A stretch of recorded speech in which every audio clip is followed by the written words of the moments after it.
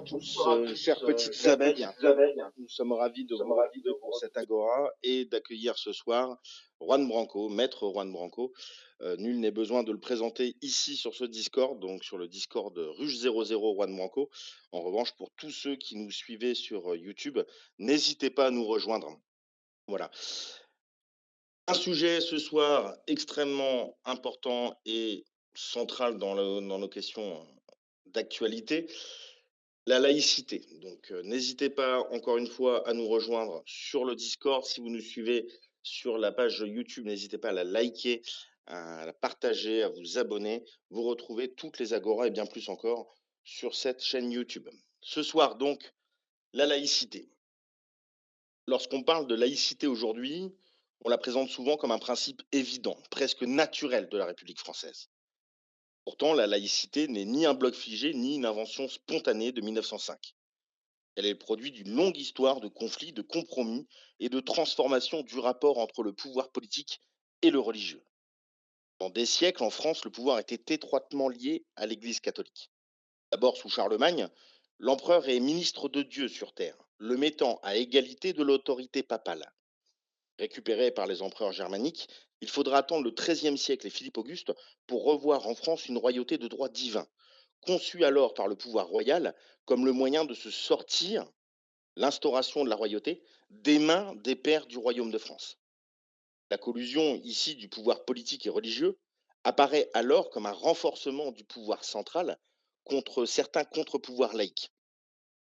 Sous l'Ancien Régime, depuis Louis XIV, s'instaure une monarchie absolue de droit divin.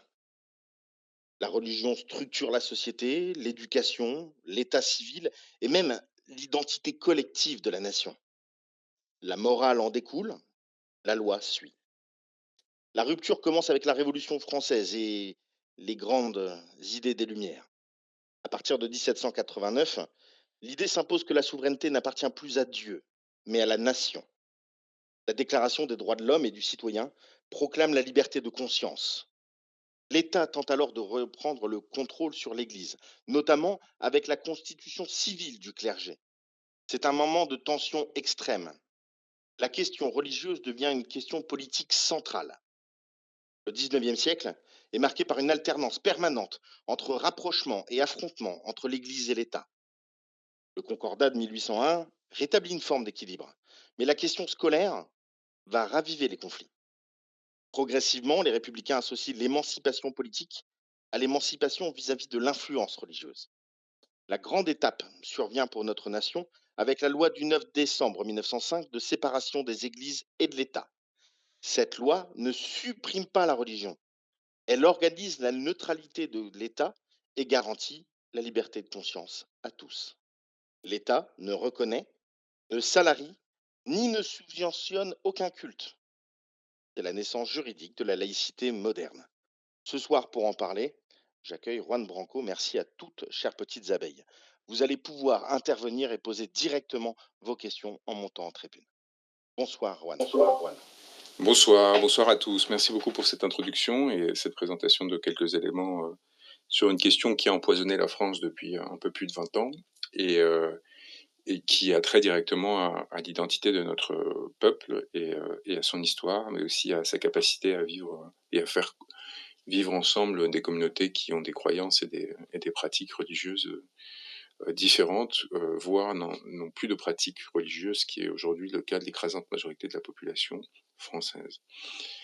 J'ai souhaité qu'on ait une discussion autour de ces sujets parce que il faut que l'on s'apprête en réalité à intervenir sur des questions qui vont nous être posées dans l'espace public médiatique, qui n'hésitent pas à instrumentaliser ces questions pour essayer de générer de la division au sein du corps social français, mais aussi parce que je pense qu'il est important que l'on soit capable de se confronter à d'éventuelles perspectives radicalement inverses ou opposées à celles que l'on a défendues historiquement ou que les personnes qui nous ont rejoints euh, ont, ont adopté traditionnellement. On est un mouvement qui est en train de faire se rejoindre des personnes qui viennent de tous les horizons, y compris idéologiques, et qui peuvent enrichir de façon notable nos perspectives mutuelles sur des questions fondamentales qui jusqu'alors scindaient et divisaient l'espace public et politique entre entre des catégories de population.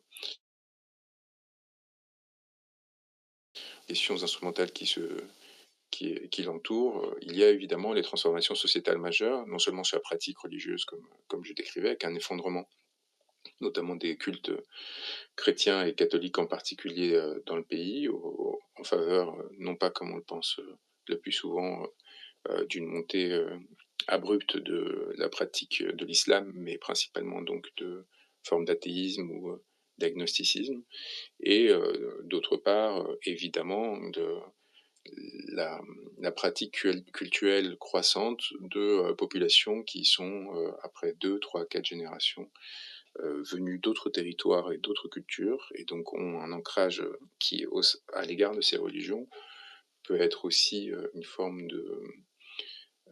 de façon de se raccrocher à une terre protectrice au sens symbolique du terme, qui leur permettent de faire face à leurs difficultés d'intégration ou à leur insatisfaction à l'égard de la société d'accueil à laquelle elles sont arrivées.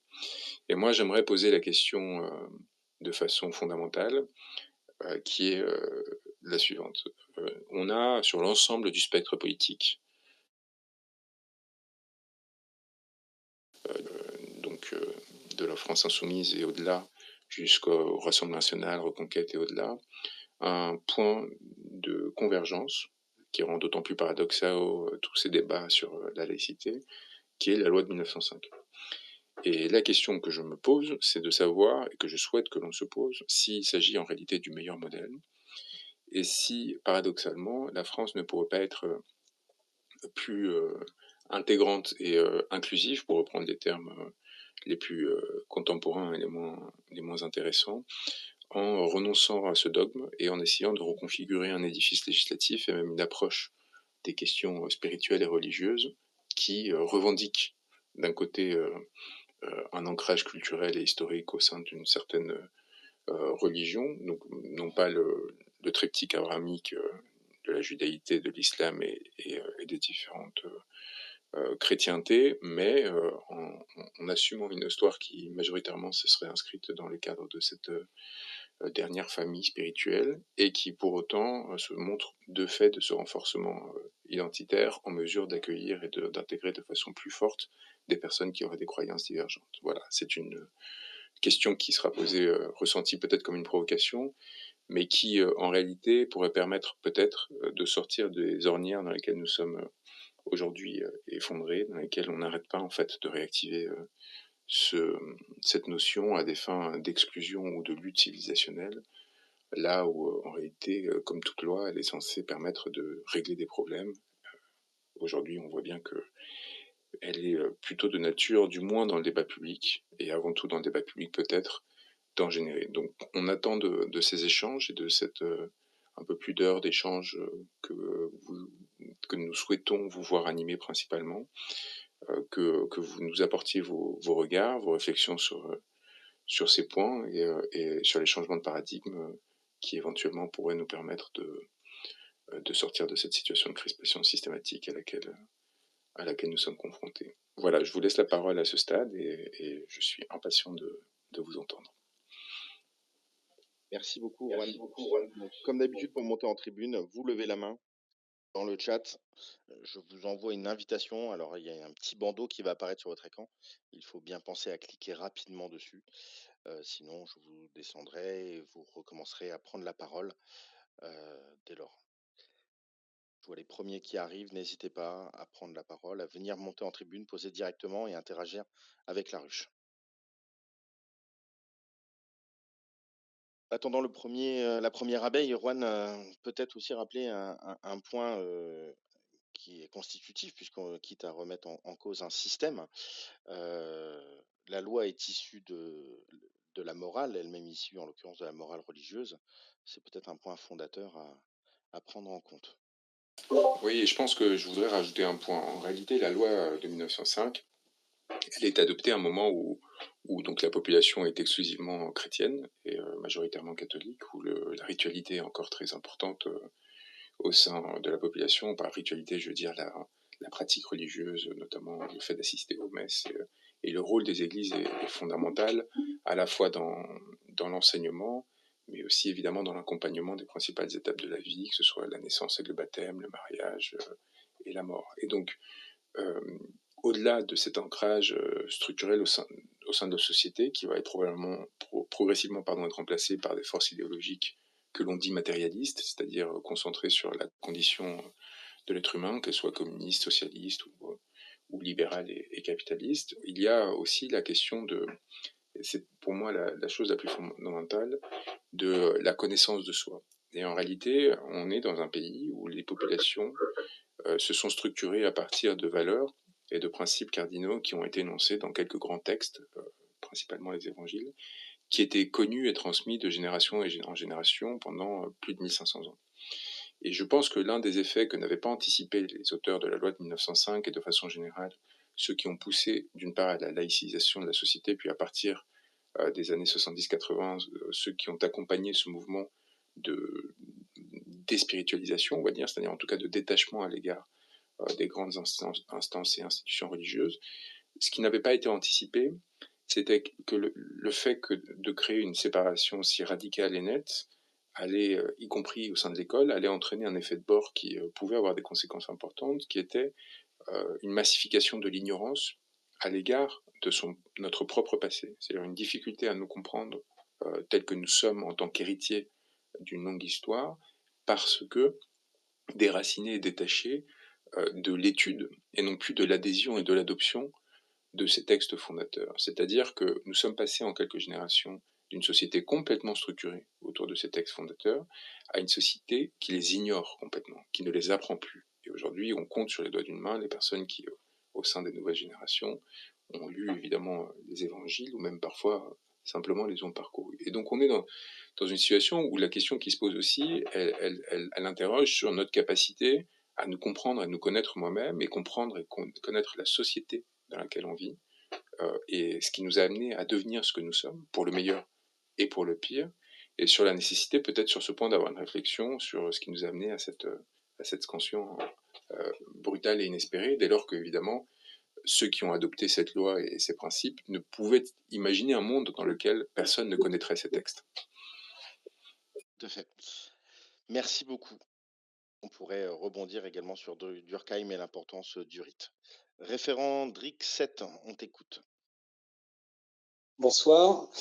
Voilà, du coup, j'ai une approche où je vais parler d'abord en tant qu'agnostique ou même en tant qu'athée. Si je me posture de cette façon-là, je vais avoir tendance à dire qu'il ne faut pas que la sphère religieuse vienne polluer mon quotidien de citoyen et ne m'envahisse, en tout cas n'ait un impact sur la fréquentation des lieux que je peux côtoyer. Et on peut comprendre effectivement la mise à distance du religieux, du phénomène religieux, pour une population qui se voudrait athée et ou éventuellement agnostique. Ça, c'est un aspect. Après, du point de vue plutôt du religieux, et j'ai eu la chance de grandir dans le 93 et de côtoyer de près les musulmans et moi-même d'avoir pu avoir une éducation plutôt catholique et chrétienne. Moi, je vois l'intérêt, en tout cas, déjà d'une part, de créer des espaces de dialogue et de rencontre, de permettre des interactions entre ces mouvements religieux différents, de manière à aussi faire sens et faire société. Et je me dis, quelque part, permettre l'expression du religieux, du phénomène religieux dans la société, c'est, comme le disait Erwan, permettre à des jeunes aussi d'entrer ou de répondre à travers la quête de sens que cela suppose, et d'avoir des réponses, en tout cas de construire une identité qui fasse que on peut se construire dans une société avec des repères qui sont ceux de la tradition dans laquelle on s'inscrit. Donc ça, je pense que l'État doit être garant aussi de permettre cette fonction-là, et j'irais jusqu'à la nécessité aussi de permettre l'éducation religieuse encadrée, donc sous contrat, comme elle existe encore aujourd'hui. Moi, j'habite la Bretagne. On a la moitié des écoles en Bretagne, c'est un peu l'exception française, il est vrai, avec l'Alsace, mais on a la moitié des écoles qui sont religieuses et de tradition catholique. Et pour autant, elles respectent le programme et elles permettent à tout à chacun de suivre une scolarité qui leur permettra de déboucher ensuite dans la société contemporaine et républicaine sans aucun souci. Donc je pense que cet équilibre est sain et nécessaire, plutôt que de stigmatiser systématiquement le fait religieux dans toutes les sphères où il apparaît. On a chassé les crèches des mairies récemment, on a viré les croix depuis longtemps, on a eu des combats d'arrière-garde où il fallait déplacer telle statue ou voir la faire sauter parce qu'elle occupait l'espace public et elle représentait quelque chose d'ordre religieux. On a vu par chez nous se faire défoncer à la tronçonneuse les quelques calvaires qui restaient en bois. Enfin bon, voilà. Tout est prétexte en fait pour... Pardon ? Je disais merci beaucoup pour ton intervention. Tout est prétexte, tu Oui, disais ? je finis. Je veux conclure, rassure-toi rapidement. Et donc, je disais, effacer notre passé, effacer nos racines et surtout réduire leur capacité d'expression est, je le crains, effectivement, une contribution à l'effacement de la recherche d'identité à laquelle tout à chacun est potentiellement soumis. On peut avoir des parcours très divers, très variés, s'intéresser à des tas de domaines, à l'ésotérisme, à tout un tas de choses. Pourquoi pas ? Je pense que cette liberté, elle est nécessaire.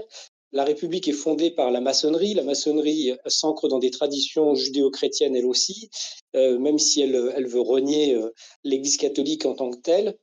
Eh bien, je pense que laisser la place à tout à chacun de suivre les traditions qu'il choisit doit être permis par la société. Voilà. Merci beaucoup. Tu veux réagir sur ce point ?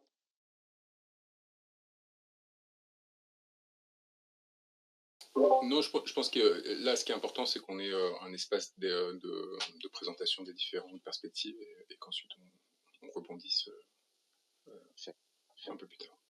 Merci beaucoup. Marc, on t'écoute du coup. Alors moi, je partirais du fait qu'il y a, par exemple, 4 concepts: peuple, nation, langue, religion.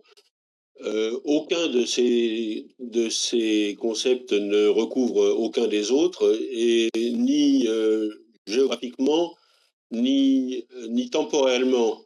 Le peuple est une notion temporaire. Il y a des peuples qui naissent à des occasions diverses, et puis ça dure pas longtemps.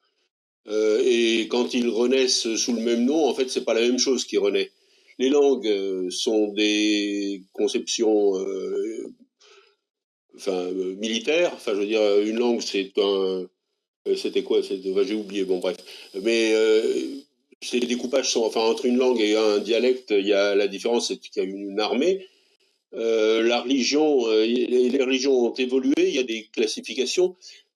Il y a des religions dites du livre, enfin qui sont censées parler du même Dieu, mais en fait, quand on regarde, il y a des dieux qui à l'origine étaient des dieux tribaux. Hein, il y a des pays qui prétendent que le Dieu, enfin il y a un peuple élu et des choses comme ça. Donc, est-ce on a affaire à une nouvelle tribalité en ce moment, des gens qui, partant de chacun d'eux-mêmes, définissent un peuple autour d'eux, et un peuple qui est une minorité, et puis qui s'étend de façon pas très très sûre, et qui se recouvre pas de nouveau. Enfin, les gens sont d'accord jusqu'au moment où ils se battront. Bon, voilà, je m'arrête peut-être là, pour pas aller plus loin. Ah oui, j'aimais pas le mot judéo-chrétien qui a été beaucoup critiqué. Dans l'histoire, le mot la notion de judéo-christianisme est une notion des années 20, ça n'existait pas avant, ça. Bon, j'ai fini. Merci beaucoup, Marc. Argent, on t'écoute. Hola Juan, bonjour Rémus, bonjour les abeilles. Je m'appelle Damien Jean Antonio Marie, fils d'Antonia, immigré espagnol, venu en France à l'âge de 7 ans, fils de Philippe, parisien de naissance, de ce que j'en sais. J'ai été élevé par mes grands-parents espagnols étant petit. Ils m'ont raconté ce qu'ils avaient fui en Espagne. C'est ce qui a fondé mes racines de valeurs, de partage et de simplicité. C'est ce qui m'a porté pendant mon éducation. C'est ce qui m'a permis de m'élever spirituellement dans la société. J'ai été baptisé quand j'avais 3-4 ans, je ne l'ai pas décidé. J'ai pas décidé non plus de grandir en banlieue parisienne, mais je m'y suis fait beaucoup d'amis. Et quand j'étais de mes souvenirs d'enfant, j'ai encore la photo de ma classe de primaire dans le Val d'Oise. Bah, elle était multiculturelle, etc. Et on était joyeux ensemble. On se posait pas ce genre de questions à l'époque. Et je me suis construit avec cet esprit de solidarité, mais avec la passion du bâtiment aussi également, transmise par mon grand-père maçon. Aujourd'hui, je suis maître d'œuvre. Pardon, je suis élu. Et, euh, et la France, elle est belle quand elle a des objectifs communs, sains, et, euh, et peu importe si c'est dur. Je suis l'exemple, certes européen, mais c'est faisable. Et quand on donne, comment dire, quand on donne l'opportunité aux gens, même si c'est dur et c'est peut-être plus dur pour certains parce que on est tous uniques. On est tous uniques et l'important c'est de. Je pense que le rôle de l'État c'est de définir comment dire. C'est de définir des caps, des objectifs et des contraintes aussi, de nous les exposer clairement. Et ensuite c'est de se collectivement c'est de comment dire. Pardon, j'ai pas les mots. J'espère que mes vibrations vous toucheront et voilà, l'important c'est de définir des objectifs, donner des perspectives, se former ensemble. Dans le bâtiment, je vois des gens avec des cartes de séjour qui sont très courageux, qui construisent la France, qui font gonfler le PIB, qui sont valeureux, qui construisent des bâtiments dans lesquels ils n'ont même pas le droit d'habiter, ni même le droit de participer à la communauté par le vote, au-delà des impôts. Et il y a un équilibre dans tout ça à trouver. Je pense que ces personnes-là seraient très heureuses aussi de comment dire, de se sentir plus utiles que utilisées. Et et voilà. Et pareil, comment dire, et ceux qui utilisent, qu'ils soient prolétaires, noirs, arabes, maghrébins, juifs ou chrétiens, c'est ces gens-là qu'il faut questionner, c'est ces âmes-là qu'il faut questionner, qu'il faut reformater et voilà, par le courage, par l'amour. En France, en tout cas, moi, c'est voilà, moi, ma France, je l'imagine comme ça, notre France, en tout cas. Voilà, merci à vous. Merci beaucoup, Arjan. Avant de donner la parole à Yavanna, une question écrite. Cassie qui nous dit dans le chat, ce que je veux amener dans cette question, c'est qu'auparavant, même après 1905, le culte rythmait la communauté. Messe le dimanche, école, catéchisme, divers pèlerinages. Les gens se voyaient et côtoyaient physiquement et faisant corps, appartenaient à la religion historiquement liée à la France. Or, une population divisée est plus malléable. Merci à toi, Cassie, pour ce témoignage. Yavanna, on t'écoute. Bonsoir à tous. Bonsoir Remus. Bonsoir Juan. Merci pour cette possibilité de parole et pour ce débat très intéressant parce que, comme pour ma part, je me considère pas athée, mais ni chrétienne. Alors, que faire alors dans ces cas-là? Et puis, il semblerait que la notion de laïcité a permis de donner un bon coup dans la fourmilière dans la société, comme plusieurs viennent de le dire.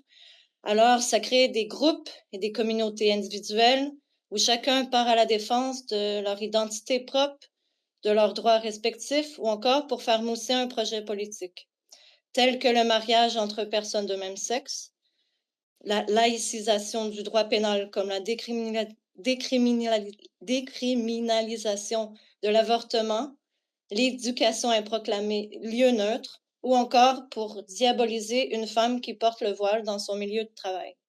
Sous couvert de neutralité, de liberté et d'ordre public, malgré certaines avancées positives, en général, il semblerait que la laïcité produit des effets de division entre nous et permet l'usage de la diversion par l'État. En effet, alors qu'on se chamaille et que chacun se positionne à la défense ou pour combattre une cause, en appartenant soit au camp du bien ou du mal, l'État poursuit sans tracas son agenda en des lieux sacrés, en utilisant le droit pour légitimer cette sacralisation et imposer ses croyances. En effet, par exemple, la laïcité permet en toute neutralité de chasser le méchant terroriste. De telles conditions se pose la question fondamentale d'être en mesure d'apprendre à vivre avec cette diversité-là et à éviter les pièges étatiques qui nous sont tendus par toute cette division, encore la division pour mieux régner. Et moi, je me dis, oui, là, on débat à savoir certaines formes de religion et tout ça, mais des fois, c'est peut-être bon de sortir d'une vision un peu occidentale, comme il vient d'être dit par la précédente personne, et de voir ce qui est fait dans d'autres communautés spirituelles ou dans d'autres lieux, et de voir comment ils arrivent à faire des communautés fortes. Je vous remercie. Bonne soirée. Donc, avant de peut-être que tu puisses répondre aux différentes abeilles, une question du chat. Est-ce que ce recul de la religion ne serait-il pas savamment voulu? Ce que je veux dire, est-ce que ce recul du religieux, du moins de la religion catholique, n'a pas pour finalité d'isoler les gens pour créer un vide spirituel, mental, qui sera comblé avec des valeurs proches du matérialisme et de la surconsommation? Qui parle, c'est chaud. Merci beaucoup. Je pense qu'il est important que je continue à entendre des témoignages et qu'on continue à faire circuler la parole parce qu'on est loin d'avoir encore épuisé le sujet. Moi, j'ai l'impression qu'on est dans une situation, on a une dynamique sociétale très profonde de désaffiliation rituelle, parce que quand on parle de réduction massive, et c'est vraiment radical, des pratiques rituelles catholiques ou des grandes religions en général, ça ne veut pas dire qu'il n'y a pas des recherches d'autres formes de spiritualité qui s'inscrivent parfois, y compris dans des formes d'ésotérisme ou de religion, de spiritualité asiatique, comme on a beaucoup vu avec le yoga et d'autres, alors qu'elles n'ont aucun lien direct avec notre espace civilisationnel, ça c'est d'un point. Et de l'autre côté, on a cette montée donc de cette pratique culturelle associée à une forme communautaire chez un certain nombre de populations au sein du pays, qui crispe du coup une autre partie de la population qui voit une forme de contradiction avec son propre mouvement de désaffiliation. Et je pense que beaucoup des débats auxquels on est confronté, fondamentalement, sont liés aussi peut-être à ces trajectoires qui peuvent sembler inversées, sinon contradictoires, qui se percutent notamment dans l'espace public avec la question du voile et autres. Donc je trouverais important de continuer à vous entendre avant qu'on fasse une synthèse de ces éléments. Parfait. Merci beaucoup. Fredo Sagdos, on t'écoute. Bonsoir, merci à vous. Donc, la laïcité, ça a été ma première manif. J'étais tout branleur, mes parents m'avaient emmené. Et donc, c'était surtout dans leur idée, dans leur tête, c'était au niveau de la scolarité, parce que les écoles privées, les instituts étaient payés par l'État, donc ça faisait qu'ils avaient un budget supplémentaire, vu que pour s'inscrire à l'école privée, on payait une cotisation, donc ce qui permettait de faire des activités supplémentaires et tout ça, avec un confort pécunier certain. Et c'était ça que je me souviens dans les années 70. Et le délire, c'est que effectivement, la religion a vachement changé, parce qu'on est parti pareil. C'est compliqué. Il y a la religion et la spiritualité.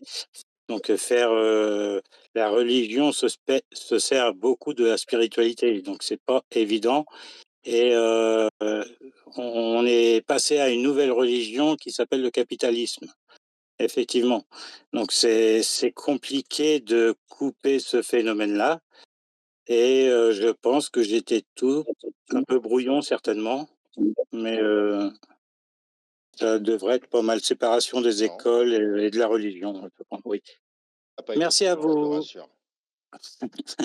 Merci à vous. Bonne journée, bonne soirée. Au revoir. Bonne soirée, Fredo. Isa la rebelle, on t'écoute. Isa? Nomade, je vais juste te demander de te couper ton micro en attendant. Isa, on t'écoute. Alors, je pense que tu devrais aller regarder dans tes paramètres, Isa. En attendant, on va donner la parole à Nomade. Mathieu, on t'écoute. Okay. Alors bonjour à tous. Voilà, je voulais parler un peu du fait que, enfin, ça me semble important de revenir à nos racines et à notre identité. Certes, il est bon que je pense que l'Église et l'État soient séparés, qu'il y ait une séparation claire, parce que l'État doit rester libre et l'Église aussi, et que ça a été une bonne chose de ce point de vue-là, la loi de 1905. Mais il me semble important d'accepter aussi que la France, elle a un héritage chrétien, et que la religion chrétienne ne peut pas être considérée comme une religion comme les autres, et comme l'islam, comme le judaïsme, et avoir des règles qui s'appliquent sans discriminer. Je pense que la religion chrétienne doit avoir une place spéciale, parce qu'elle fait partie de l'héritage de la France, et on ne peut pas demander à un arbre d'avoir des fruits différents que ses racines ont porté. Donc on a des racines chrétiennes, il faut les assumer, peut-être qu'il faut que ça soit marqué dans des textes de loi, et que ces racines chrétiennes, elles nous donnent aussi un certain cadre juridique, et je pense que ça, il faut le garder en mémoire, et l'inviter, qui nous invite en fait à peut-être à vérifier aussi ce que les autres religions ont à proposer, et de vérifier que c'est toujours que ça respecte en fait nos valeurs chrétiennes, nos commandements, enfin le cadre en fait que nous a invité à avoir la foi chrétienne. Donc voilà, je pense qu'il faut avoir ces choses-là en tête quand on pense à la laïcité, et je crois que cette loi aujourd'hui, la loi de 1905, certes, elle a des aspects qui sont intéressants, mais elle nie quand même quelque chose qui pour moi est essentiel, c'est que la religion chrétienne ne peut pas avoir ne peut pas être considérée comme une religion à part entière, comme une religion comme une autre dans l'histoire de notre pays. Voilà, merci. Merci beaucoup. Donc oui, la question des racines chrétiennes de la France telle qu'avait été évoquée pendant un premier temps. Isala Rebelle, tu as pu reprendre ton micro?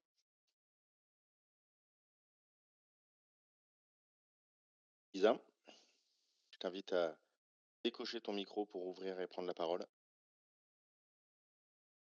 En attendant, je vais donner la parole à Bruno. On t'écoute, Bruno. Oui, bonjour, merci.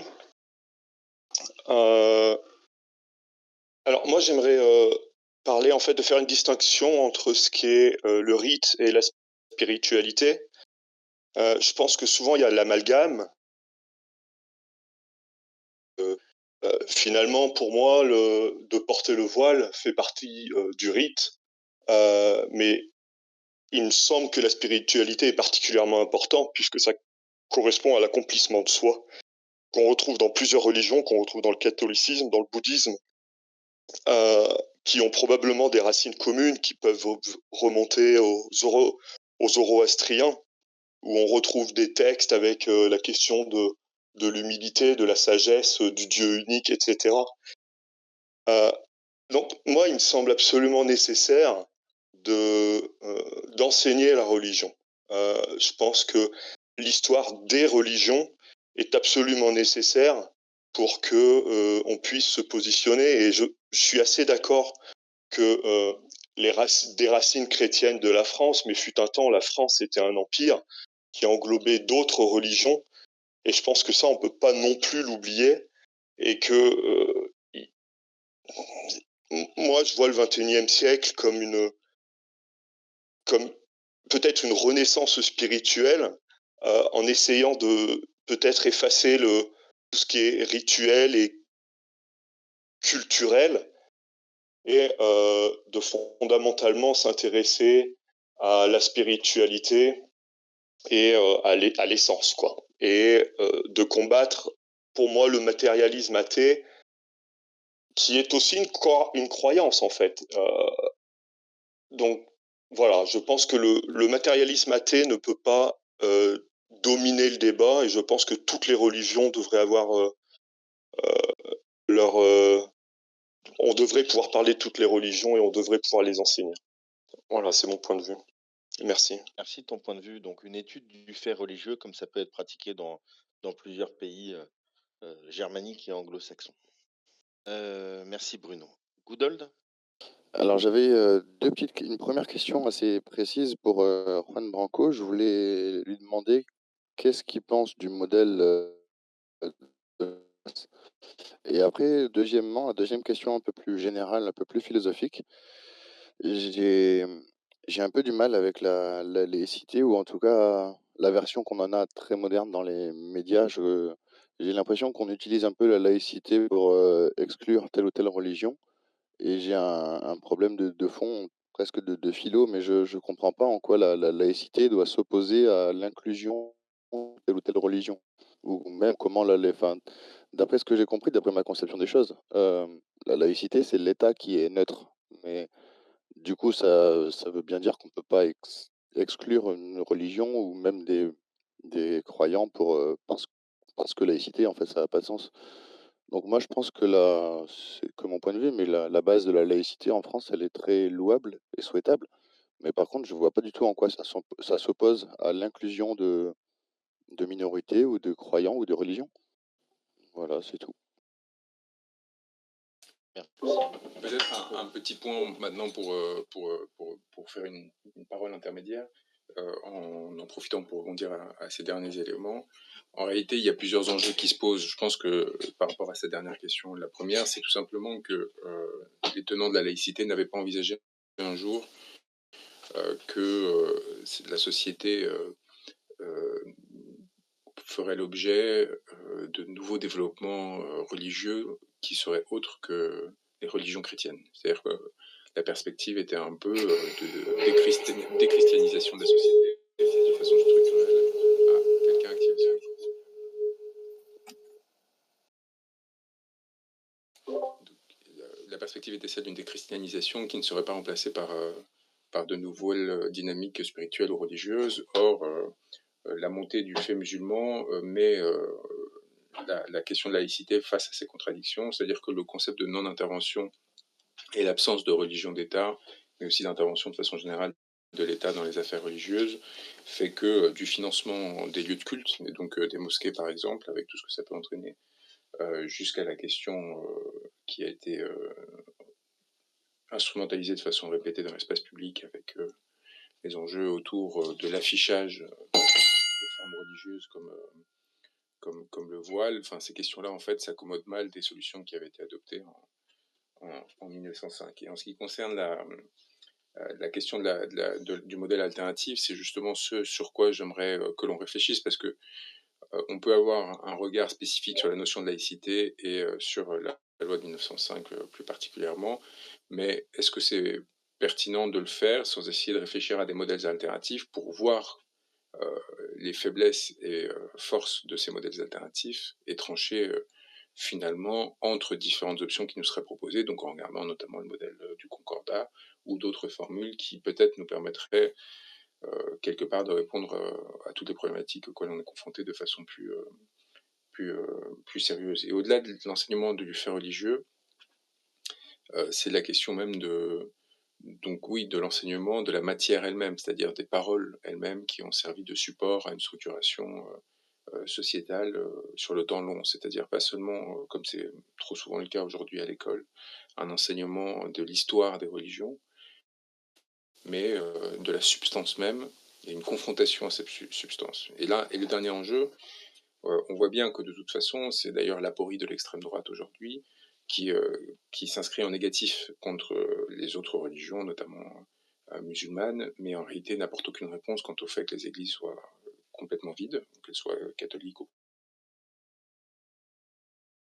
protestantes. Des ritualités et des religions et des dogmes tels qu'ils ont été élaborés par les églises au cours des siècles. Et la question qui se pose, c'est quelle construction identitaire en positif et intégrante l'on offre. Parce qu'autrement, évidemment, naturellement, on ouvre l'espace à des entrepreneurs extérieurs, parce que ce que l'on découvre, c'est que en réalité, notamment dans les classes qui peuvent connaître les plus grandes difficultés matérielles, ce que Marx considérait être comme un opium reste une résurgence historique contre laquelle il est vain de se battre, c'est-à-dire qu'elle ne cesse de revenir, y compris quand on pensait qu'elle serait abattue, et cela sans même porter de jugement positif ou négatif sur cet état de fait. Voilà, je vous rends la parole à nouveau pour continuer à vous entendre. Est-ce que ce retour permanent ne serait pas lié justement à la nature même humaine, à la nature intrinsèque d'un humain qui aurait besoin de spiritualité et que ces mouvements qu'on dit aujourd'hui réactionnaires sont justement, comme leur nom l'indique, une réaction face à un sentiment de perte d'une identité. C'est les points que je voulais amener à titre personnel.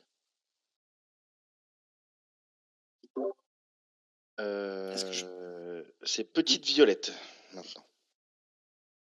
On t'écoute. Bonsoir. Je vais juste commencer par dire que Wildcat référente 59 a été redescendue dès qu'elle est apparue en voix. Donc voilà, juste pour préciser ça, vu qu'elle l'a mis dans le chat. Sinon, la première question que je me suis posée en voyant le thème de ce soir, c'était qu'est-ce qui amenait cette question en fait dans le débat public. Donc, de ce que j'ai pu entendre depuis tout à l'heure, c'était surtout l'éducation, le fait qu'on oublie notre histoire, qu'on ne sait plus d'où l'on vient, et le fait que toute l'histoire catholique de notre pays est en fait détruite aujourd'hui, et que c'est en toute impunité en fait, et qu'il n'y a pas de respect pour cette histoire-là. Et il y a eu une phrase qu'a dit Goodall tout à l'heure, c'est en tout cas la version dont on en a très moderne dans les médias en parlant de laïcité. Et je me suis demandé si en fait cette question ne revient pas autant dans l'espace public, si elle n'a pas été autant poussée, si ces extrêmes-là ne sortent pas, surtout par rapport à la manipulation des médias, par rapport au sentiment d'insécurité générale, au fait que pour se sentir existant, en fait, pour avoir une identité, on a l'impression qu'il faille montrer une partie de notre personnalité, donc ça peut être une religion, ça peut être toute autre chose, et le pousser à son extrême, et donc pousser à potentiellement, si on n'est pas de religion catholique, à taper sur cette religion-là. Ça me fait penser, alors en ayant grandi en 93, n'y étant plus, mais en y retournant régulièrement, aux rues qui le soir étaient bondées parce que les gens ne veulent pas rester chez eux le soir, mais c'était très familial, il y avait de tout le monde dehors, et ces derniers temps, le soir, il n'y a plus que des hommes dehors, il n'y a plus de femmes, plus d'enfants, et pourtant les rues sont complètement bondées. En fait, j'ai surtout cette sensation que c'est plus les tensions qui sont en train de grandir et la violence qui est en train tellement d'exploser que ça mène à cette remise en cause de la laïcité, à ce besoin de remettre du sacré. Et justement, je vais finir juste là-dessus, par rapport au sacré, je me demande si c'est juste pas ça la question principale. Juan Branco parlait du modèle alternatif, qu'est-ce qu'on pourrait proposer?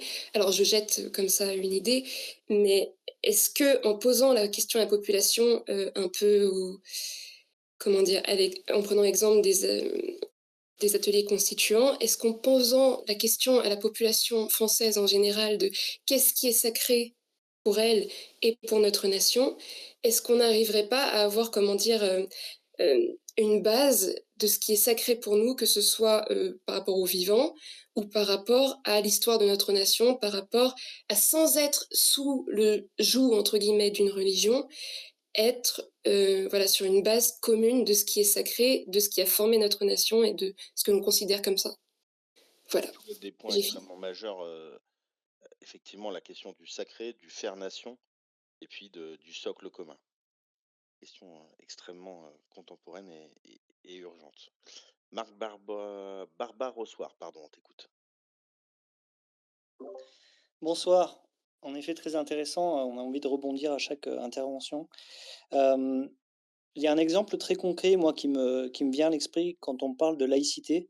Peut-être en parallèle de ce dont on vient de dire sur le fondement de nos, enfin, la religion et les, comment dire, le fondement de la France avec, grâce notamment à la religion chrétienne.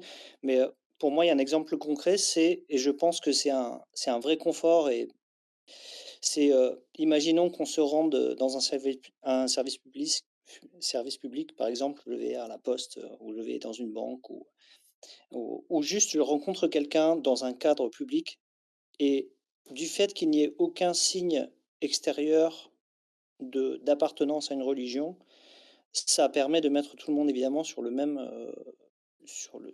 piédestal, sur la même, tout le monde à égalité, et que la religion ne soit pas un vecteur qui finalement sépare, et peut-être justement ça peut permettre de parler finalement de spiritualité sans avoir à mettre une religion ou l'autre, en avant.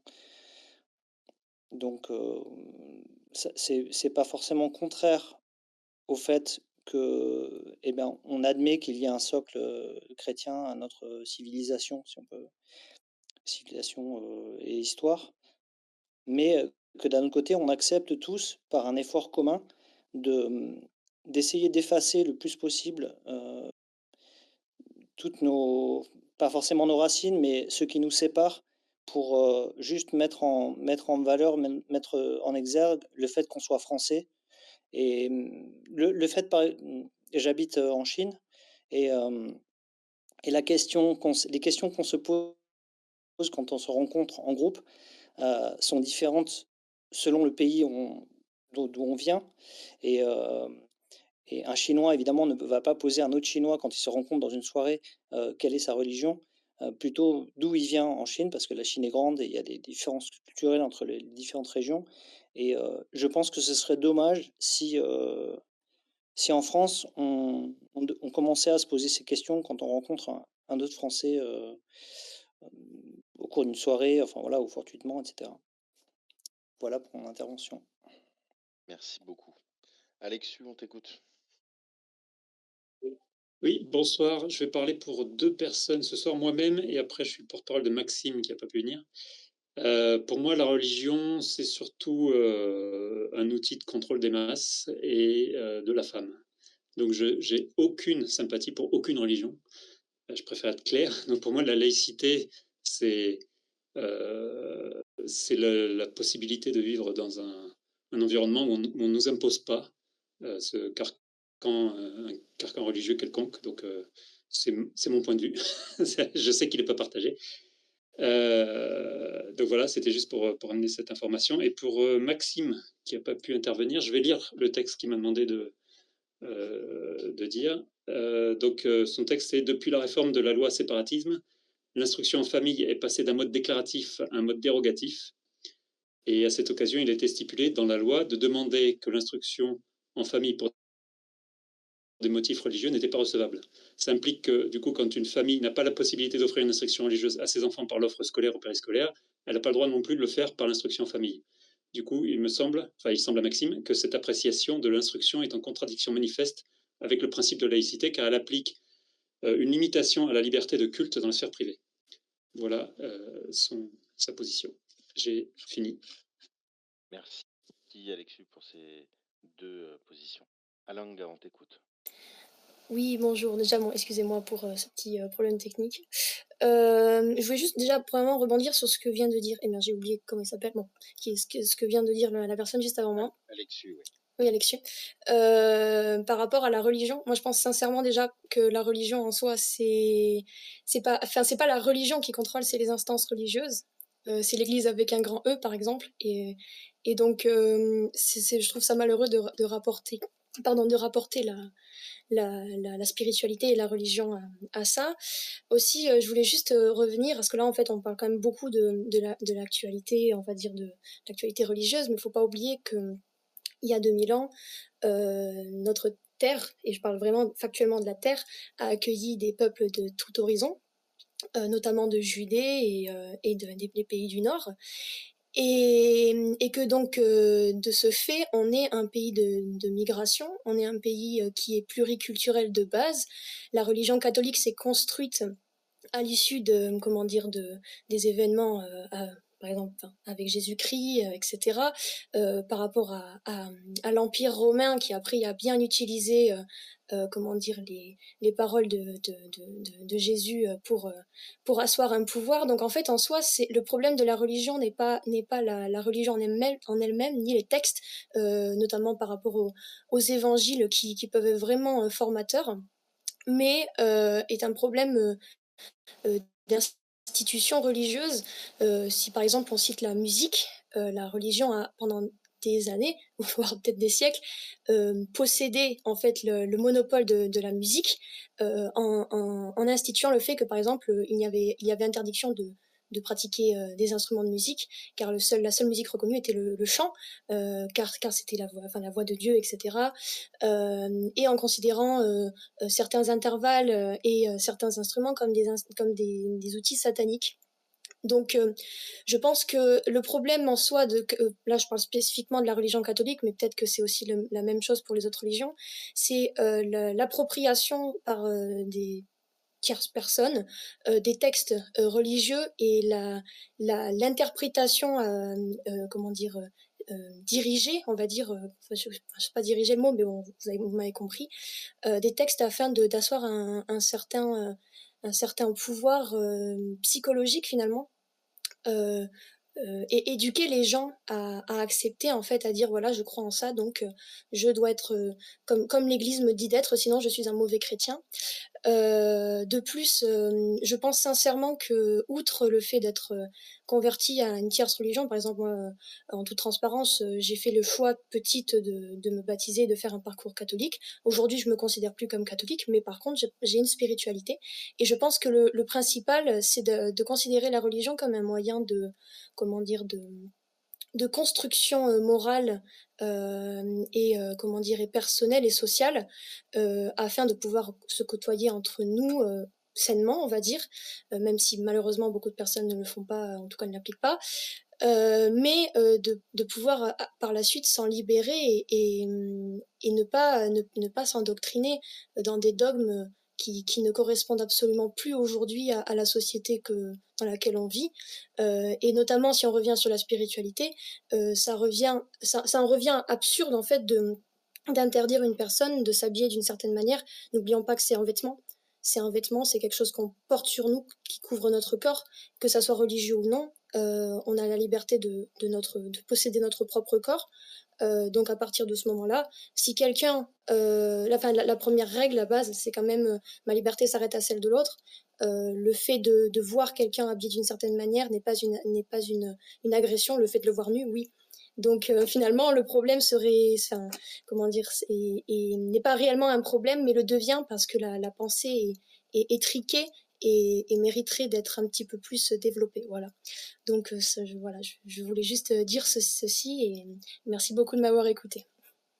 Merci beaucoup, Alenga.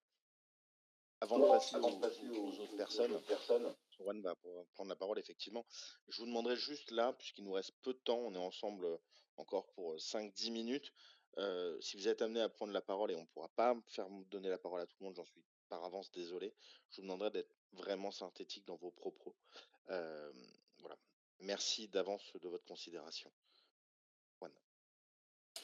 Oui, merci. Alors, sur ce dernier point, je vais opposer un argument qui est souvent amené, c'est que en réalité, tout signe extérieur ostentatoire de la part d'une culture, ou en l'occurrence d'une spiritualité minoritaire, peut être instrumentalisé à des fins de signalisation et d'une forme de...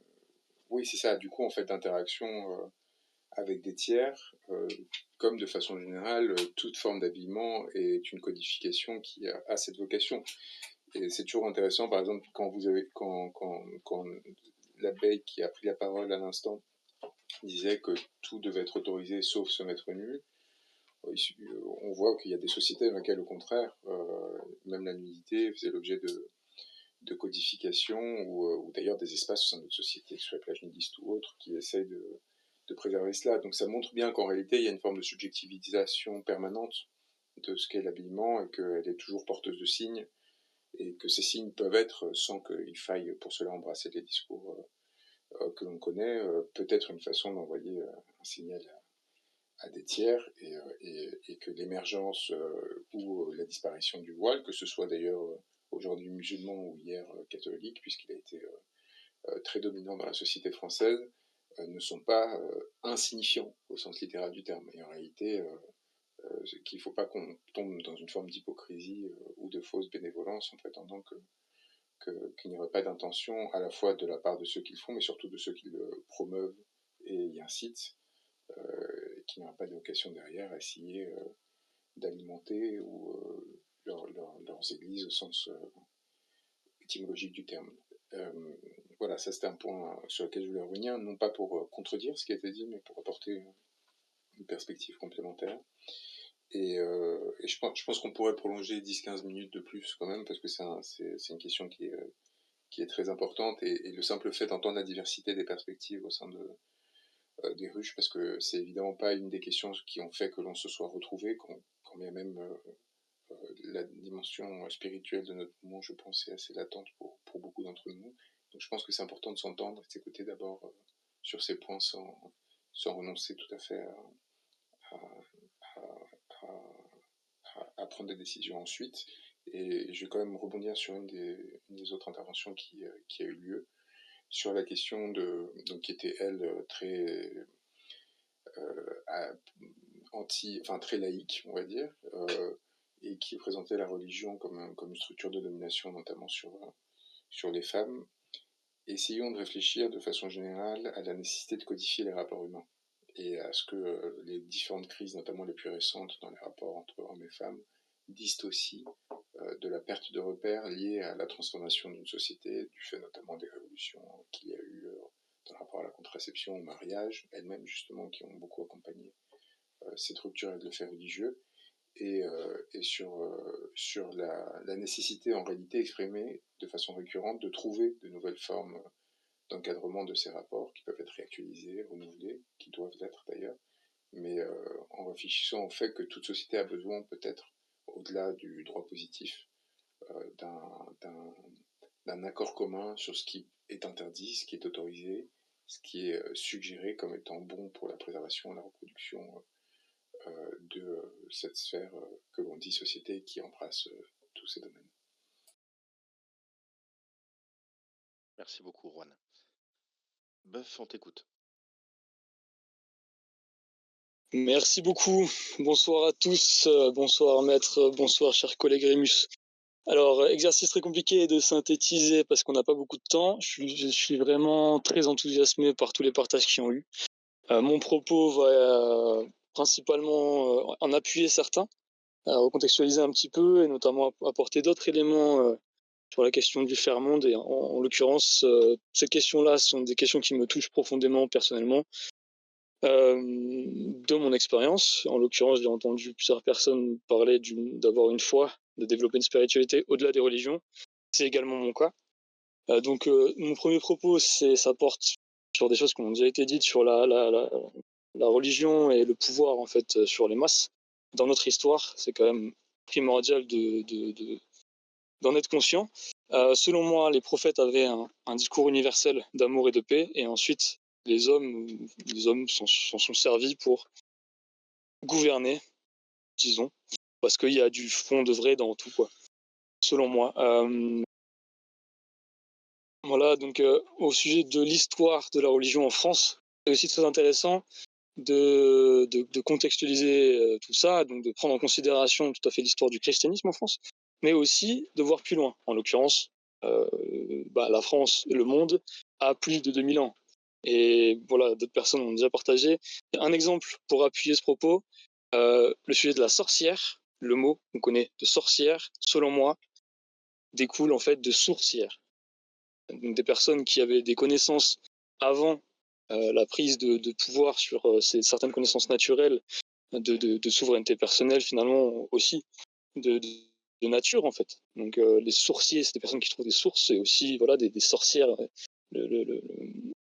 A priori, c'est une femme dans une maison dans la forêt, bon, une naturopathe, quoi, en fait, aujourd'hui. Voilà, ça, c'est important aussi comme détail. Notamment de faire attention aujourd'hui, je pense qu'on peut considérer l'amalgame qui est fait. Ça a été dit aussi, mais vraiment l'amalgame qui est fait entre le spirituel, la spiritualité, le sacré aussi, et les religions, voire les sectes. Aujourd'hui, il y a beaucoup de gens de qui ça fait peur. Les personnes ont peur de ce qu'ils ne connaissent pas, entre autres. Ça, c'est vraiment un point très intéressant et important à considérer, l'amalgame qui est fait entre ça et finalement un peu, pas une prise de pouvoir qui a été actée du côté des religions de possession de la spiritualité, quoi. Aujourd'hui, avec la laïcité, je pense que ça en découle peut-être que la laïcité porte à donner le pouvoir du spirituel aux religions. À débattre, bien sûr. Tout ce côté dogmatique, côté spirituel aussi, est à dépasser finalement, dogmatique des religions sur le spirituel et le sacré, et qu'il y a d'autres pratiques au-delà de tout ça qui sont liées à l'expérience personnelle. C'est un sujet très délicat parce qu'en fait, chacun a sa spiritualité, chacun fait son expérience, et la foi qu'on a découle est subjective. Merci beaucoup, Bœuf. Je continue un tout petit peu, tu me permets, Rémus. Aujourd'hui, quelque chose qui a été aussi dit. S'il te plaît. Oui, j'en viens, merci. Notre système est basé sur le néolibéralisme. Aujourd'hui, je pense qu'on a besoin de vision. Je voulais vous partager quelque chose de concret, c'est la prophétie Hopi arc-en-ciel. Vous trouverez sur Internet, qui est merveilleuse, et je pense qu'il peut être fondamental justement en fait sur l'essence des choses, les savoirs ancestraux. Peuple Hopi, c'est une tribu amérindienne, donc des savoirs ancestraux et vraiment ce qui nous relie en fait, comment faire monde, quoi, ce qui nous relie dans notre spiritualité, dans notre essence, au-delà de juste deux dernières millénaires. Voilà, aujourd'hui, je pense qu'on arrive à une période charnière de l'humanité. On va devoir faire un choix entre la conscience et la non-conscience.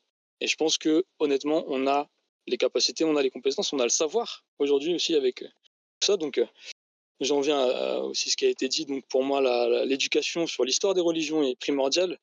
La place du spirituel dans la gouvernance aussi. Je prends comme référence la discussion avec Douguinine qui parlait de la place de la spiritualité dans la gouvernance de l'État français. Alors que dans d'autres pays, c'est plus présent. Donc, attention justement aux prises de pouvoir des religions à ce sujet-là. Mais donc, la place du sacré dans nos sociétés occidentales, primordial aussi de se pencher là-dessus. Et enfin, la souveraineté personnelle. Parce que du coup, donner notre pouvoir aux religions pour la connaissance du sacré, etc., c'est vraiment quelque chose de très subjectif. Et du coup, la connaissance de soi, et moi j'ai foi en aussi la connaissance de soi et les outils de communication, parce que ça en découle, et ça permet de dépasser les différences et de communiquer, de faire ensemble, de faire monde.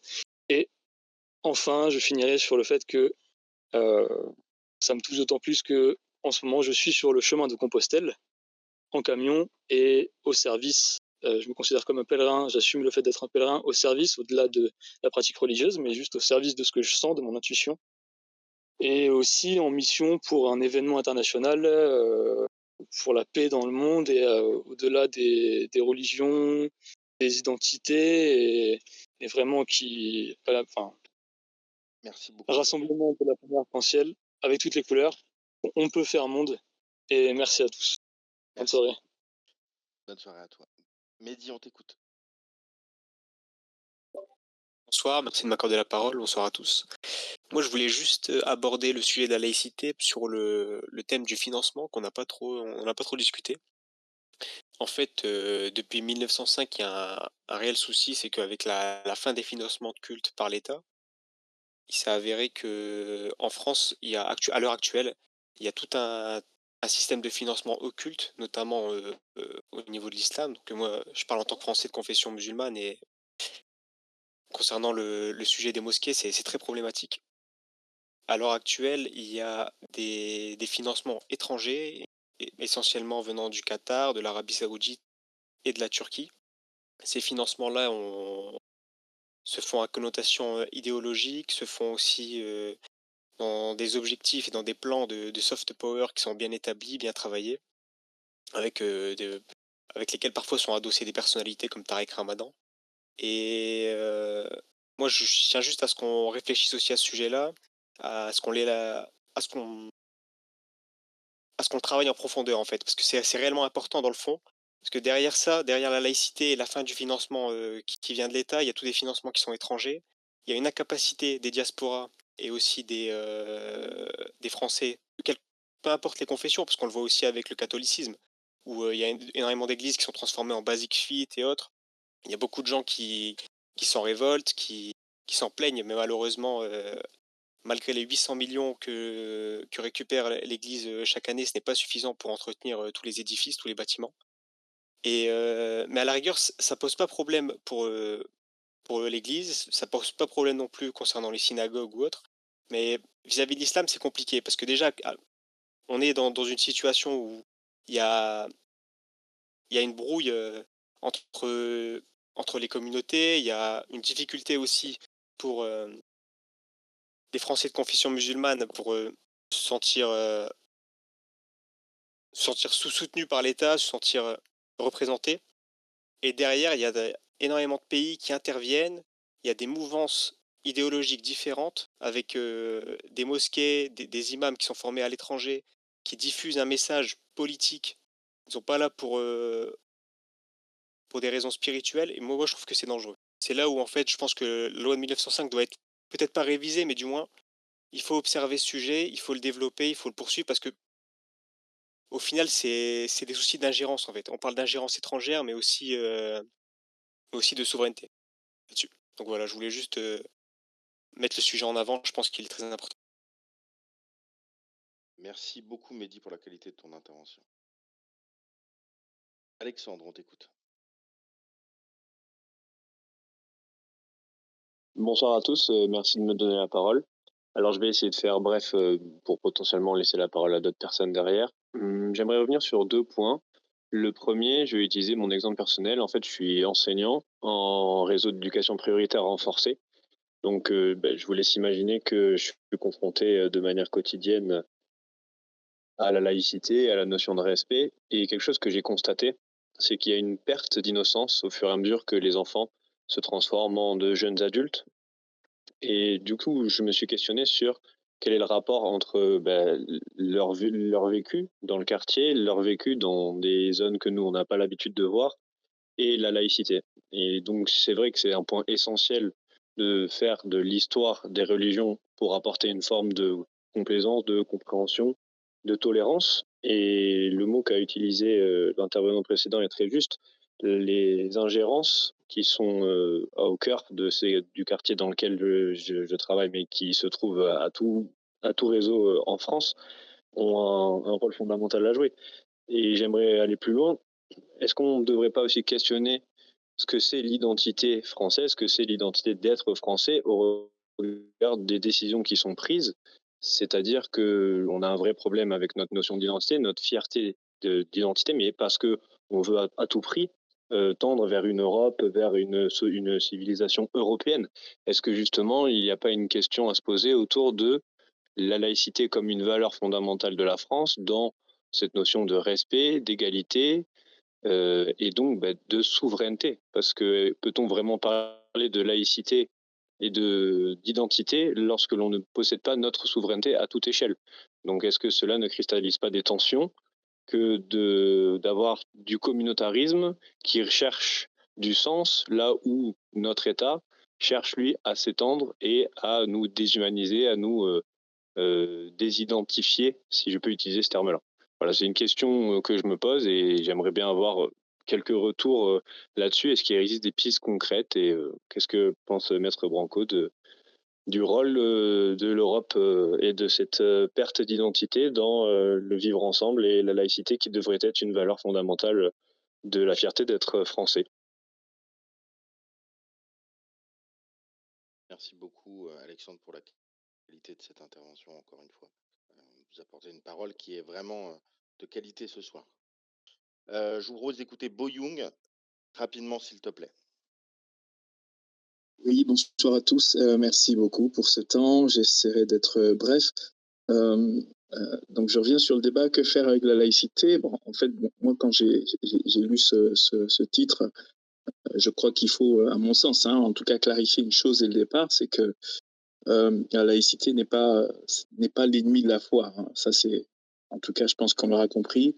Elle est surtout l'outil je dirais, de neutralité de l'État. Pourquoi? Parce que je pense que l'État doit rester neutre sur cet aspect. Et c'est plus une condition de paix civile, je dirais.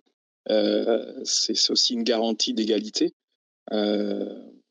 Donc voilà, on sait que effectivement c'est un acquis historique important dans un pays qui a connu des conflits religieux assez profonds.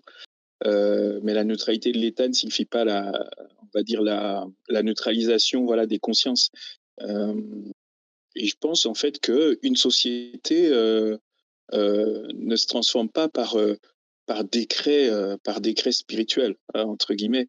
À mon sens, en fait, elle se transforme vraiment je dirais, par le caractère de ces citoyens. Donc, il y a vraiment une dimension morale. Je crois que si des croyants, bien sûr, veulent contribuer au débat public, bien sûr qu'ils le fassent.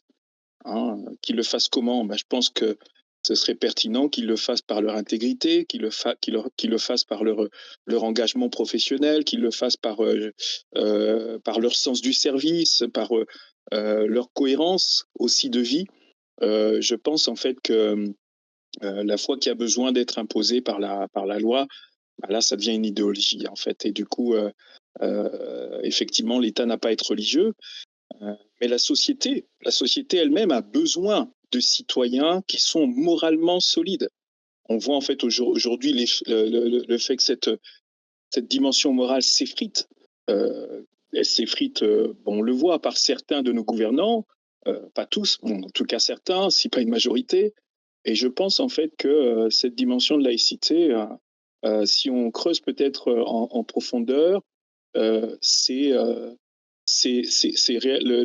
vrai sujet, je dirais pour moi, c'est cette dimension morale. Donc un citoyen, bien sûr, doit pouvoir exprimer ses convictions, religieuses ou non, tant qu'il respecte bien sûr le cadre républicain. Voilà, donc voilà un petit peu moi ce que je voulais avancer. Merci beaucoup pour le temps de parole. Merci Boyoun. Effectivement, pour reprendre Jules Ferry, l'école est laïque, pas l'écolier. Le citoyen peut avoir ses opinions politiques. Pépé le Jeune, on t'écoute. Conclure. Bonsoir tout le monde.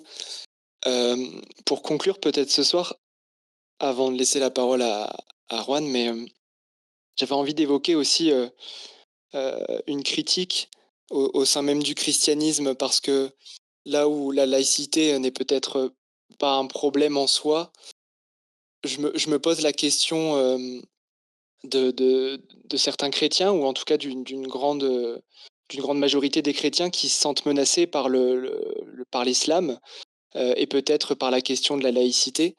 Je pense qu'aujourd'hui le christianisme, et je suis moi-même chrétien, mais je pense que le christianisme aujourd'hui a une grande difficulté à pouvoir susciter l'intérêt et l'envie, en fait, le désir du peuple, parce qu'il y a comme une coupure en fait entre qui est nécessaire aussi dans un certain sens, mais entre la spiritualité et la religion. Et là où je trouve aujourd'hui qu'il y a un discours assez, au sein même de la religion, assez renfermé sur lui-même, on va y voir un intérêt d'identité, de racines, évidemment, ça c'est clair, mais je pense qu'il y a un grand appauvrissement en fait de la spiritualité au sein même du christianisme, où il y a une difficulté même à relire et à partager sa propre tradition, comme étant aussi porteur d'un langage symbolique. Et aujourd'hui, je trouve que le sens du symbole a été vraiment perdu. Et voilà, je me pose la question, je pense qu'il y a là où Juan dénonce beaucoup de choses au sein de l'appareil de l'État, je pense qu'il y a aussi le même problème au sein de l'appareil, on va dire religieux, au sein du christianisme, avec un enfermement, avec une forme de prise de pouvoir, et qui donne très peu de souveraineté en fait à l'individu et aux petites communautés, et qui fait que la question du spirituel devient de plus en plus pauvre au sein même des rituels et de l'Église. Voilà ce que je voulais partager. Merci beaucoup Pépé d'avoir partagé ça avec nous. Effectivement, une religion qui serait vidée constitutionnellement de sa spiritualité, de son autocritique, de ses rites et croyances, perdrait force et poids, tout en mettant ça en lien avec une certaine vision jacobine et centralisatrice de l'institution religieuse. Juan, on vous laisse la parole pour conclure. Merci beaucoup. Déjà, je suis très heureux qu'on ait réussi à débattre et enrichir nos perspectives sur un mode non confrontationnel, avec pourtant des oppositions parfois radicales. J'aimerais en profiter pour dire quelques mots sur les points qui ont été traités et auxquels j'avais pas pu répondre plus tôt, notamment la question du financement qui fait l'objet depuis quelques années de surveillance beaucoup plus importante qu'auparavant des services de l'État, mais qui est en effet fondamentale, quelle que soit la religion concernée, en particulier en ce qui concerne l'islam, avec des ingérences et des tentatives d'entrisme qui sont dangereuses aujourd'hui, qui pourraient le devenir beaucoup plus demain. Et sur la question du refus de la mise sous tutelle des autorités ecclésiales telles qu'elles existent aujourd'hui, ça m'apparaît en effet fondamental. Et donc il faut qu'on réfléchisse à partir de là à une forme de novation qui nous permette peut-être de sortir de la situation dans laquelle on se trouve sans revenir à des modèles datés, éculés, et surtout qui nous mettent entre les mains d'institutions qui en réalité ne suscitent plus d'attrait au sein des populations et sans pourtant aggraver la césure identitaire que l'on a générée, à mon avis, je le réitère, du fait de l'ignorance que l'on a de ce qui a généré ces institutions et le rejet qu'elles ont pu produire du fait de leurs dérives et de leurs insuffisances nous a amené à, pour utiliser une expression triviale, jeter le bébé avec l'eau du bain et ne pas se rendre compte qu'il y avait une grande richesse tout de même dans les textes, mais aussi dans les pratiques qui nous avaient été léguées, et que on ne savait pas, on n'imaginait pas ce que serait un monde dans lequel